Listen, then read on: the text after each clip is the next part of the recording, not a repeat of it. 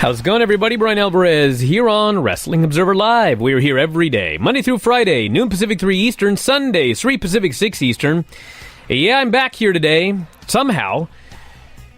13 inches of snow in my driveway, 20 inches of snow in Bothell, power out all over the area, over 100,000 people. Somehow I still have power. Could end at some point during the day. For some reason, like, every time my power goes out, it's during Wrestling Observer Live. So I'm hoping by saying that today, it actually won't happen. But yes, we're going to give this a shot here today. Mike Sempervive is going to join us as well. And we got a lot of news to get into. Obviously, I'm sure the one thing everybody's going to want to talk about today is Ronda Rousey, Charlotte Flair, Becky Lynch, the main event angle on Raw. Fury across the internet. Everybody's upset. They're upset at me. They're upset at WWE. They're upset at Charlotte. They're upset at the world. Clearly, they're not getting 20 inches of snow. They'd have something else to be upset about. But we can talk about that here today. Obviously, everybody, it's a storyline. Becky Lynch will be in the main event of WrestleMania.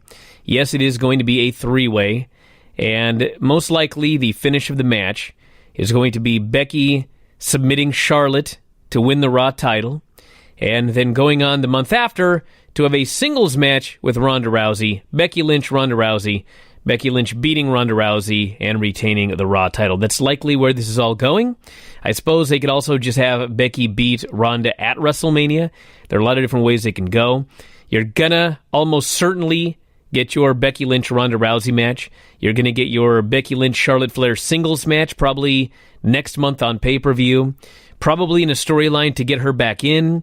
I'm sure they're probably, this is all probable, probably gonna do something next week. It is the Ric Flair celebration, his 70th birthday party, and I would be astounded if, in fact, Becky Lynch did not ruin the party to take this all out on Charlotte Flair to set up their match at the following month's pay-per-view. Got a lot of different ways they can go here. Apparently everybody hates it. Talk about it after the break. Wrestling Observer Live. Back here on the show, Brian Alvarez here, Wrestling Observer Live. Presume Mike Sempervive's here, also WrestlingObserver.com. Yeah, I'm here. All right. You all right? No, at this moment I'm not all right. You had heavy breathing and everything? What do you snow? Had to run all the way downstairs and back upstairs, have a cat eating potato chips out of the bag. Now the cat's going to barf everywhere. Oh, God, is your kid eating potato chips out of the bag? The cat! Okay, where's your kid? Downstairs with Grandpa. The kid's not running around like a crazy person. Is Grandpa stuck in the house, too? All right, would you shut up for a second? I got to get into this. I got a speech here. Oh, I'm sorry. I didn't know you were preparing it. Well, I was trying, but I had a cat eating chips. Distracted me. Sakes. All right. Listen, everybody. Why are you mad at me about Charlotte, okay? I'm allowed to think that this storyline is good. I am allowed to think that. If you don't think that, then you're allowed to think that it's not good, okay? I think the storyline is good, all right? See, I don't think that the world is going to end. Like, the world may end because of the snow here in Seattle. Like, I may, like, God only knows what. It's a disaster area here. But, like, for the rest of the world, it's not going to end if it's a three-way at WrestleMania, okay? It will be a better match. If you don't believe me, I would bet with 85% certainty that you're going to see a three-way at Mania, and you're going to see a Ronda Rousey versus Becky Lynch singles match in May, or whenever the next pay-per-view is. And I would bet you with a fair amount of certainty that three-way is going to be better than the singles match, okay? I would bet you with a fair amount of certainty that Becky Lynch is going to win both of those matches. And here's the thing that is so astounding to me. Everybody cried about Roman Reigns for 4 years. And what did they demand for 4 years? Turn the guy heel. Turn the guy heel. Turn the guy heel. Turn the guy heel. We heard it for 4 years, okay? Then, what we have here is a situation where everybody is saying they're going to turn Charlotte into Roman Reigns, okay? You're absolutely right. They are turning Charlotte into Roman Reigns. A Roman Reigns who is going to be booed. A Roman Reigns who is going to be a heel. A Roman Reigns who is going to be defeated at WrestleMania. Not a Roman Reigns that they push that everybody hates that goes on to win at WrestleMania. They're actually giving you a scenario where your hero is going to overcome all of the odds. And your hero is going to be in the main event of WrestleMania. Your hero is going to be the most over wrestler of anybody on the roster at WrestleMania. Your hero is going to win at WrestleMania. Your hero is going to win the championship and close WrestleMania as, in their storyline at least, the biggest star and the champion of the company. Your hero is going to close WrestleMania most likely. The first woman ever to close WrestleMania and win the championship in the main event of WrestleMania. Yet, everybody's mad at me. They're mad at WWE. They're threatening to quit. They're threatening to stop watching Raw. They're threatening to quit the network. All because of a storyline that is going to give you everything that you want, with one exception. It's not going to be one-on-one at WrestleMania. That's the crux of this entire issue. It's not going to be one-on-one at WrestleMania. So listen, like I said, if you don't like that, that's fine.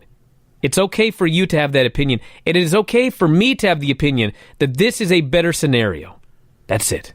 You're taking this too personally. No, I'm not. It's not just me. Well, maybe have you been on the internet? Maybe you should push this more than to these people and ignore some of those people with all this negativity towards you. As look at Daniel Bryan. Look at Chris Benoit in 2004. Look at the times where they've done this. This is pro wrestling. This is a storyline. This is something they're doing correctly, because I agree with you, obviously, 100% on this, because we've been talking about it now for God knows how long. But at the same time, as you say, as we saw with this whole Raw reboot, it is impossible to have any faith in this company. And I'm not playing devil's advocate here. I think seriously there are people, and maybe, yes, obviously they've been worked into a tizzy, but like they have so little faith in the product that they watch, and they have so little faith in what they've done, and they followed the storyline the whole time. They saw how this whole thing started with Becky Lynch. I can't blame some of those people who aren't trolls, the ones who honestly believe that they are somehow going to screw this up and like Ronda Rousey is going to be stepping on Becky's chest at the end of WrestleMania, because, like we talk about a lot when it comes to WWE, they seem to either not be able to read their fan base, or they do something for the sake of heat, or they just do something because that's what they want to do that goes against what people want. Shall I go through all of these? Let's talk about All Elite instead. Go back to these text messages later. Sold out the entire pre-sale yesterday, immediately. It's about 12,000 of the 14,000 tickets. And so there are around 1,500, 2,000 tickets left. They're going to go on sale tomorrow. And they will be gone instantly. So that's that. Show sold out. Taking place in Vegas over, what is it? Is it Memorial Day weekend? I always get them confused. Memorial Day weekend, and don't know what else to add to it, but a stunning success. Nothing? Okay. Let's go to the phones. You're on the air. What's going on? Hey, Brian. I wanted to bring it back to the whole Charlotte, Becky, Ronda situation, because you took the words pretty much right out of my mouth. I am seeing so many people online that are mad about this, storyline with Charlotte being, replaced into this one-on-one match with Ronda. And it's just like people don't see that Becky's going to be the biggest babyface at WrestleMania since Daniel Bryan, in my opinion. Yes. I even saw one person compare it to Rock versus Austin, and they gave the example, well, what if they just inserted Triple H into that match? It would have completely changed the dynamic. Well, Becky's not Stone Cold Steve Austin, and it's not a fair comparison, I don't think. There's a flip side to this. These people are so worked up, and let's be honest, ain't none of them going anywhere. They're not going to cancel their subscription over Becky Lynch, no matter what they bark about online or in 140 characters on Twitter. Maybe this works out in the long run because the pop she's going to get at the end of WrestleMania and how these people are going to react when she does win. Again, they're not going anywhere. So it's not going to be that big of a deal. This whole thing really, in some ways, isn't that big of a deal. The only way it's a big deal is if, and you could argue that on Monday they made a mistake by having Becky apologize at all, but unless they really screw something up on the way there, and I don't believe that they will, that's really the only thing to worry about. I think you're really letting fans get under your skin a little bit too much. They're the ones who are being worked into something where at the end they're going to be happy. Just sit back and watch that. Even on our own board, for crying out loud, you think this would be like the smartest of the hardest, hardcore, smart wrestling fans? Look at this guy. They're incapable of criticizing anything involving Charlotte. Really? I'm incapable of criticizing Charlotte? Are you absolutely out of your mind? Yeah, really. Dude, you realize people can have an opinion other than the one that you have for reasons other than they're biased. Does everyone realize that? No. They should. You're on social media. This is not social media. This is our website, okay? This is our message board. These are people that have been subscribers forever. And they're mad at us, blaming us for this because we're biased towards Charlotte. Not that it's actually a good storyline. This is the thing, okay? Last night, I was not a fan of the fact that Becky apologized and got booed, okay? That was a misstep, all right? Yeah. But is it the end of the world? No. Next week, they're going to do Ric Flair's 70th birthday party. She's going to come out and ruin the entire thing. Charlotte's going to pitch a fit. Becky's going to be the most over thing on the entire show. It's fine, okay? If you want to complain when they mess something up in this storyline, knock yourself out, okay? But everything has been fine so far, and people are so expectant that it's going to be ruined that they hate it already. Why? Let it play out. I want to get Sasha Banks in there just so the Sasha Banks fans can rage with the Becky fans and rage with the Charlotte fans, because there's some of those too. It just seems to be the ones left out of the Ronda Rousey fans. Back in a moment, Observer Live. Oh, here we go here. Becky is a babyface without Charlotte Mania. If Charlotte deserves to be in the Mania, stop right there. She's not there because they think she deserves it. Charlotte is in this position because they think it's a better storyline and it's going to be a better match. It has nothing to do with her being Ric Flair's daughter or everything else that people are making up on the internet to justify what they feel is the only possible reason she could be in the match. They think that she's a big star on the WWE women's roster, which is true. They think that it's a better storyline. They think it will be a better match. We'll find out if it's a better match because they're probably going to do Becky and Ronda a month later. So we'll find out. And the people that are determined to hate this, let me tell you something. If the three-way is a 4-star match and the singles match is a 1-star match, they will find a way to explain to us that the singles match was still better. Let's go to the phones. You're on the air. What's up? Hi, Brian. Hi, Mike. How are you? What's up? Nothing much. I'd just like to point out to those same people. It's funny that these are probably the same people that are just like, oh, Brian hates everything about WWE. Oh, wah. I don't know. Just I liked the tag title match last night. I did, in fact, hate the mystery double turn of Dean Ambrose and EC3.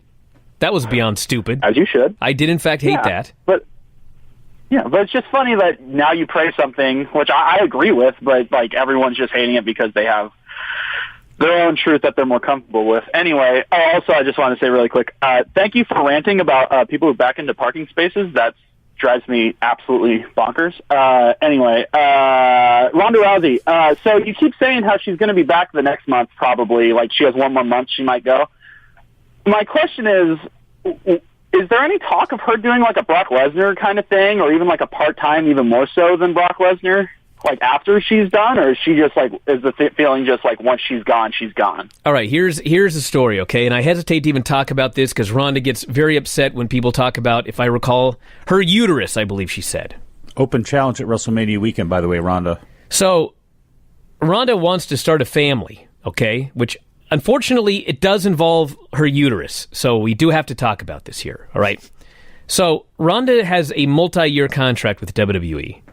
So, it appears that after WrestleMania or the pay-per-view after, her and her husband are probably going to start a family.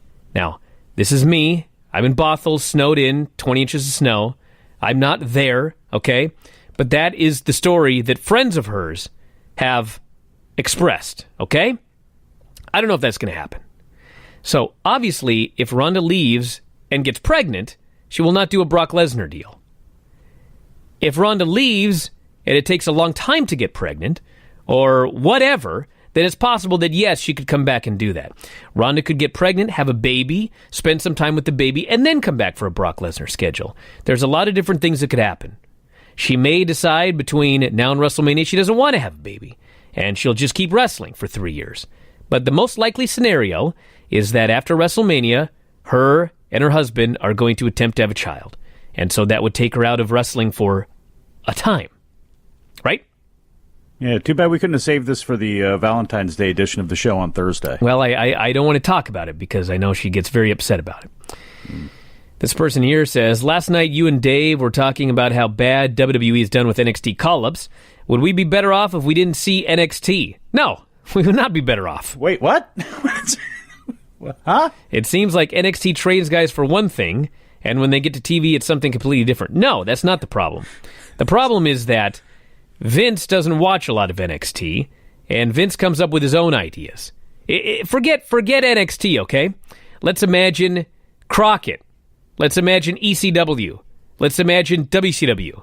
Let's look at a lot of people before there was let's go before the Monday Night Wars, the 80s. Dusty Rhodes when he showed up in polka dots. There's Ted DiBiase showing up as the $1 Million Man, et cetera, et cetera. Like, it doesn't matter what you did elsewhere. He's 73. It doesn't matter what you did in NXT. He's going to call you up, and he's going to come up with his idea for you. So I would prefer that we did see NXT, because I love NXT. It's my favorite WWE television program. I don't want that taken away from me just so I don't get frustrated when people get called up.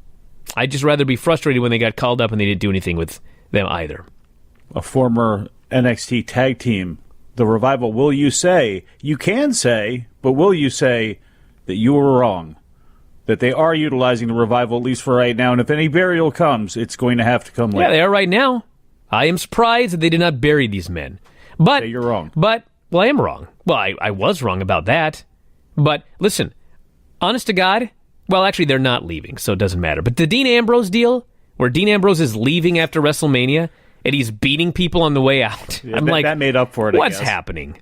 Well, and again, it goes on. into that thing of everybody's not even, it's not shades of gray. You're just like Elias and Dana Brooke and now EC3 and everybody it's like their enhancement talent in the 80s. Like sometimes the Mulkeys would face off against the Russians. Other times it would be the Rock and Roll Express. Like they just vacillate between babyface, heel, just existing on the roster. It's bizarre. And EC3 was another example of that last night. Cody Rhodes underwent surgery on his knee. He tweeted, surgery completed, went smooth, back to work. And Brandy wrote, they just took my love back for surgery. Hate being on the waiting end this time, but I know he's going to feel so much better in time for Double or Nothing. He got hurt throwing a T-shirt? Yeah, he got hurt throwing a T-shirt. You ever throw anything? Yeah. Okay, well, you got to pivot. Boy, that's coming from something. Presumably, it didn't pivot right, and he injured his meniscus. This is the thing that happens in wrestling. Everybody gets hurt doing something stupid. Everybody. There's no wrestler that hasn't suffered some sort of injury from something dumb. And unfortunately, that's what happened to him. And he thought that he could not get surgery, but then I guess he felt that his Wrestle Kingdom match sucked, and thus he needed surgery. And so he got it, and he'll apparently be back in time for the show coming up in May. Which, by the way, Mike, sold out immediately. Maybe we can have an I was wrong contest, since you didn't think it was going to sell out immediately. Well, I had not listened. I did not realize that they had sold out of all the pre-sale tickets. I didn't know that's how that worked. So I was unaware of that when we spoke about it. But yes, I was well, the wrong pre-sale about tickets that. Were 95% of the tickets. So well, that's the code that you had to put in, and that was fun during Wrestling Observer Live yesterday. With some people, a few joyous, but some people very frustrated over the fact that like tickets were done being on sale, and they were still stuck in holding queues. So that was fun times. Well, it was tweeted out afterwards that maybe they need to run a bigger building. You think? I don't even think it was a bigger building. I don't know if they could have, but I mean, the obvious thing would have been They should have set it up for closer to capacity. I think they set it up for 14,000, and obviously it's not going to be. You got a stage there, you got a ring. I mean, who knows? It was 11.6. I think Cody said. He said they may be able to expand it to 500 or something like that if they moved around the stage. Now that was a tweet. I don't know how long ago. So I think the building technically holds 16 is what max would be. I think for 20. A concert. MGM Grand. I guess it would be 20, wouldn't it? I guess it'd be closer to that. Yeah, because they've put nearly 20 in there for UFC. So, I mean, it is possible. They could get rid of the ramp and just add more. Who knows what they'll do, but let's go to the phones. You're on the air. What's going on? Hello there. Going once. Going twice. Goodbye. Snow. All right, you're on the air. What's going on? Hey, Brian. Hey, Mike. So, I was on the internet last night quite a bit after this whole Charlotte thing, and I want to try to bridge the gap as to why people are upset. I truly do believe there's people out there that don't think Becky's going to end up in that match, or if she does, she's going to lose. Obviously, I think most adults understand that this is an angle to get her in and put her over. But I want to rattle off a couple of events, and I think this is why a lot of people are upset. We've seen at Survivor Series, and I called in and talked to you about this then, that Charlotte basically directly rips off Becky to get over the way that Becky did. Okay? A month ago... Yeah, but hold on. Stop right there for a second. Stop right there. Everybody blames Charlotte for that.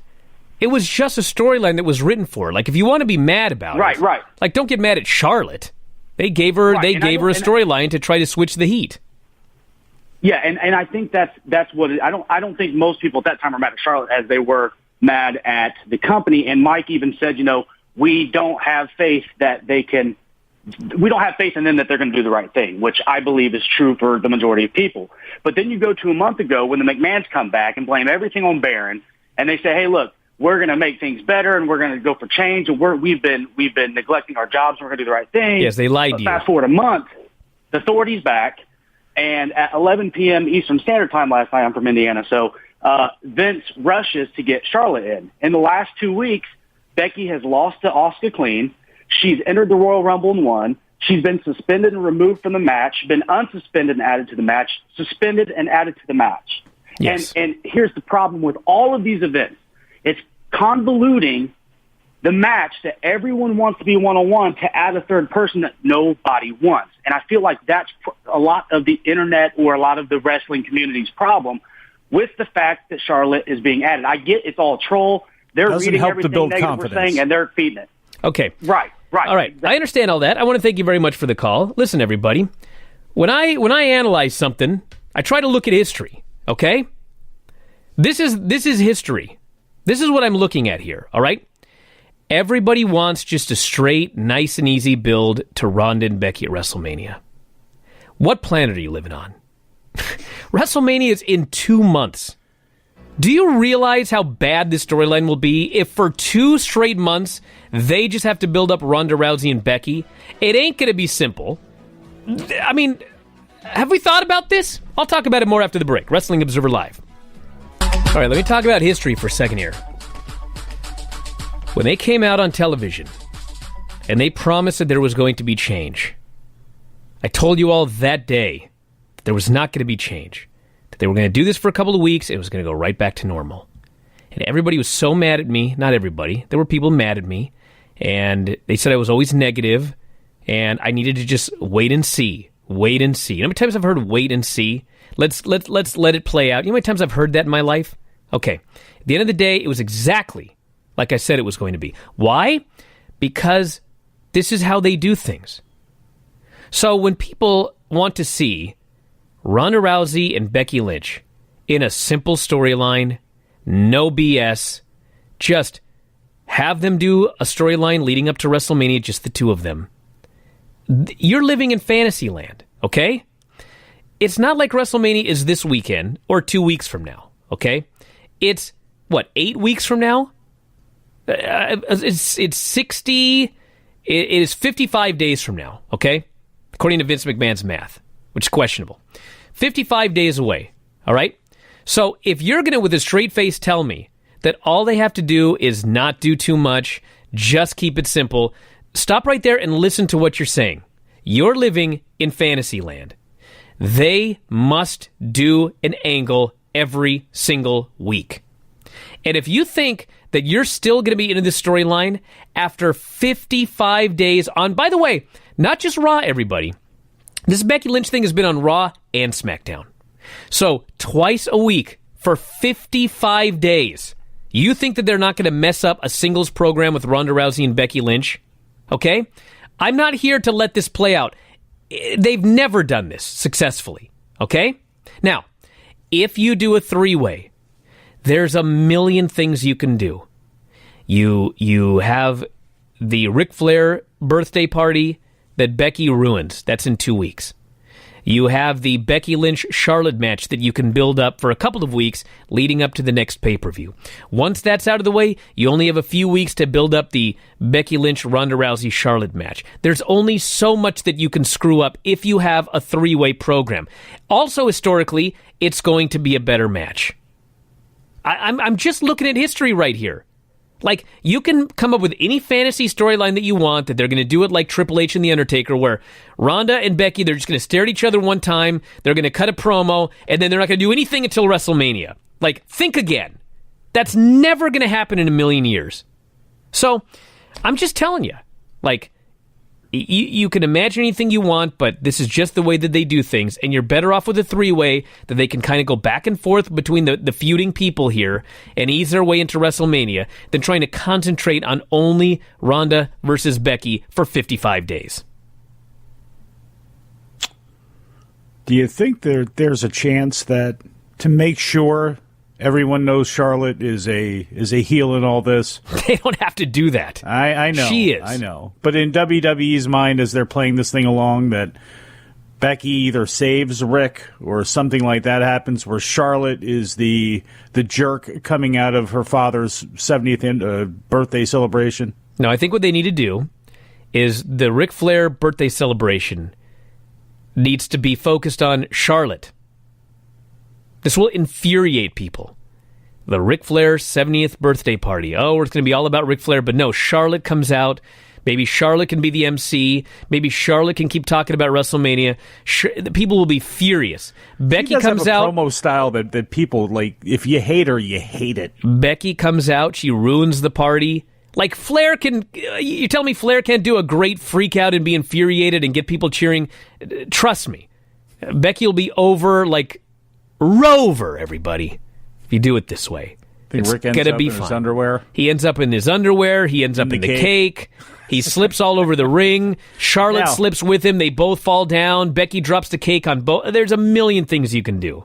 How about Becky? Vince somehow ends up in a cake. Vince ends up in the cake. That can't happen. That won't happen. But boy, that would be nice and a good way to take some of the attention, if there is any left over, about Becky apologizing from this past week. You know what I mean? All right, let's go to the phones. You're on the air. What's going on?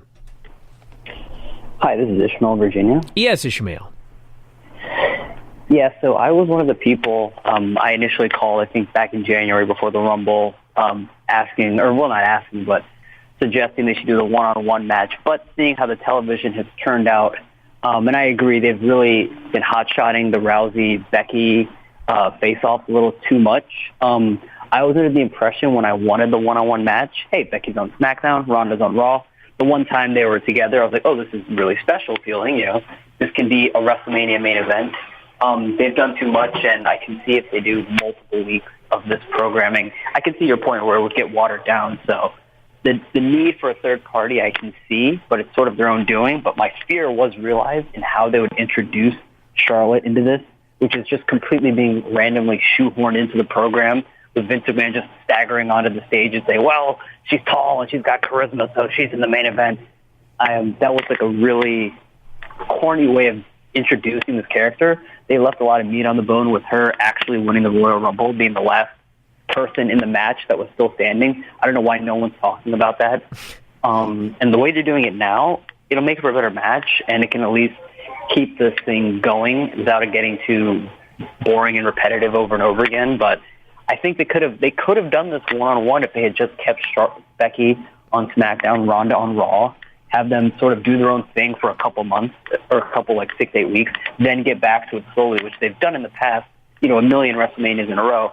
But the way it was going, I could see it getting sort of watered down, to your point, if they had to go another 2 whole months of Becky in 2 segments on Raw and 2 segments on SmackDown every week. Yes. I want to thank you very much for the call. You're absolutely right about one thing. If Becky was going to be on SmackDown and Ronda was going to be on Raw, and they never were in the same ring together, maybe one time, maybe twice, maybe on the go-home show before both pay-per-views or something like that, and they were going to feud and beat people, and after they beat them, they were going to cut promos on the other person, building up to this dream interpromotional match at WrestleMania one-on-one.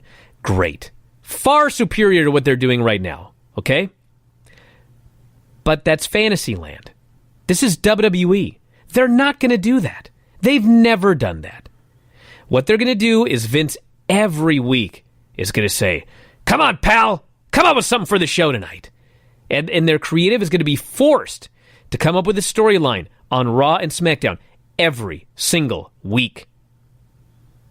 And there's no way you can go 55 days with them being forced to come up with something.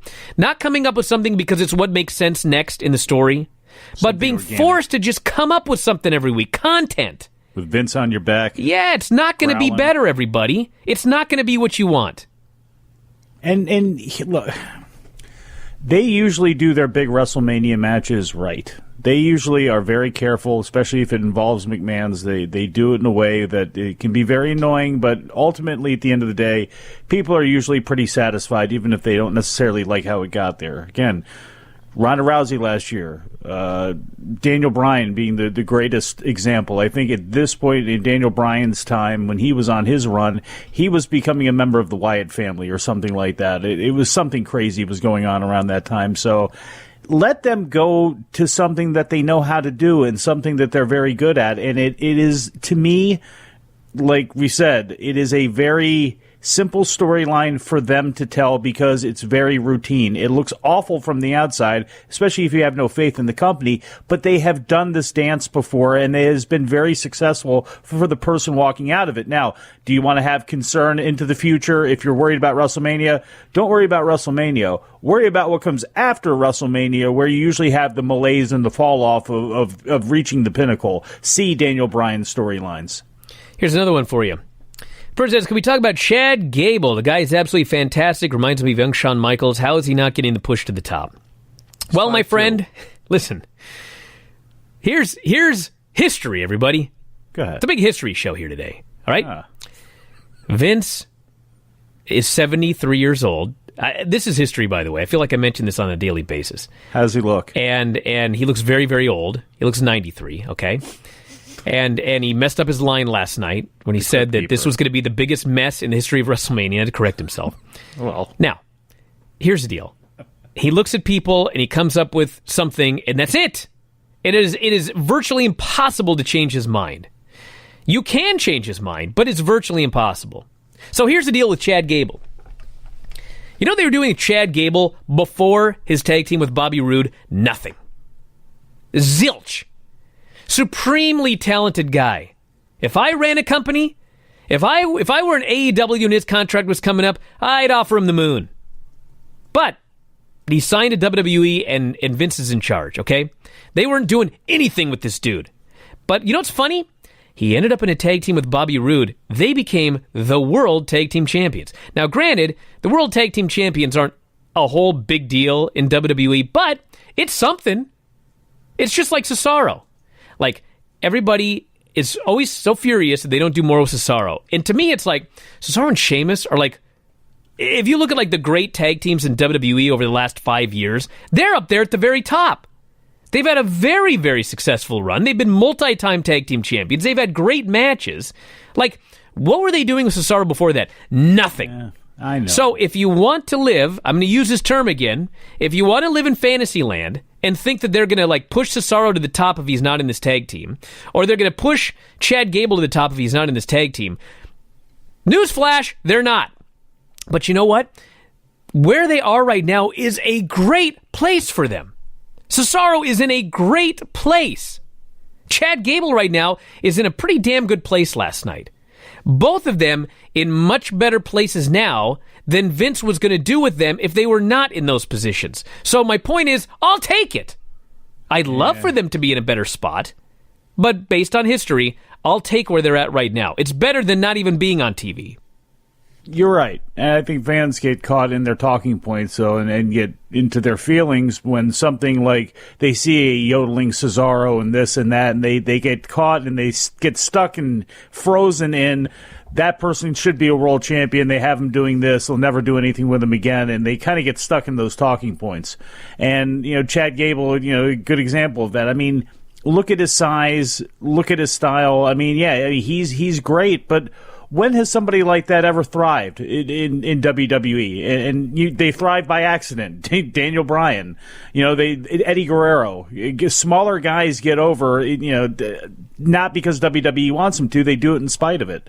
So to see him in a tag team with Rude at a time where the Revival hold the tag team champions, or are the tag team champions, I mean, the matches they could have, I mean, that is the best use that they've had with him since he originally teamed with Jason Jordan.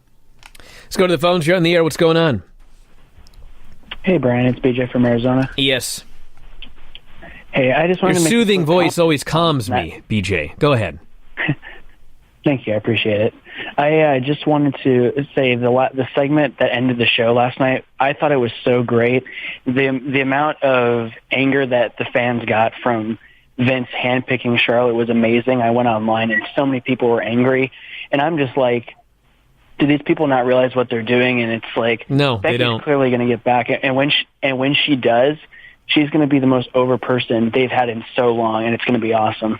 I mean, you know what Charlotte is? I've said it before. She's Roman Reigns. And she's going to be the Roman Reigns that everybody was begging for 4 years. And now you're mad about it. Oh, well. This person here says, my prediction is Becky will win at Mania and beat Ronda the next month, but she will lose it to Mandy Rose at Money in the Bank. If you look at the last couple of years, WWE have tried to make new blonde heels by having Bayley lose to Alexa, Charlotte lose to Carmella. Becky will most likely fall victim to this illogical booking as well. Mandy will get the big push in 2019. That would have been a good prediction for the prediction show, my friend. You might have won. Back in a moment, Observer Live. Well, I'd like to talk about something else, but 99% of these text messages and calls here about Becky and Charlotte. But I will read one of the 1%. Thank you for your analysis on people who back into parking spaces. You're welcome. Are you one of those people, Mike? I picture you being one of those people that backs into a parking space. No, because I don't have the backup camera and, no. Well, these people don't either. I feel like if they did, they wouldn't be backing into a parking space. I mean, if you back in because, it's harder to back in than go out straight, you're still backing in. You know what I'm saying? It's not like you're avoiding having to back up by backing in. You have to back up earlier. It's just bizarre to me. I guess when people they mentality, whenever they come out of somewhere, they're done. They're jumping in, they're out. It's like a wrestler setting up their car with the heat on them. They want the fans to come jumping in after them. Just everything's set up, ready to go. Person says, many fans are upset they could not get AEW tickets yesterday. What do you think of people buying 5 or 6 at $70 and then hitting up people on Twitter saying they will sell the people who do not get tickets the tickets for more than $350? That's tickets. America? That's tickets to every event in the world. Actually, it wasn't for the first one because the first one, they just had a bunch of fans that wanted to go to the show. This time, the scalpers figured it out.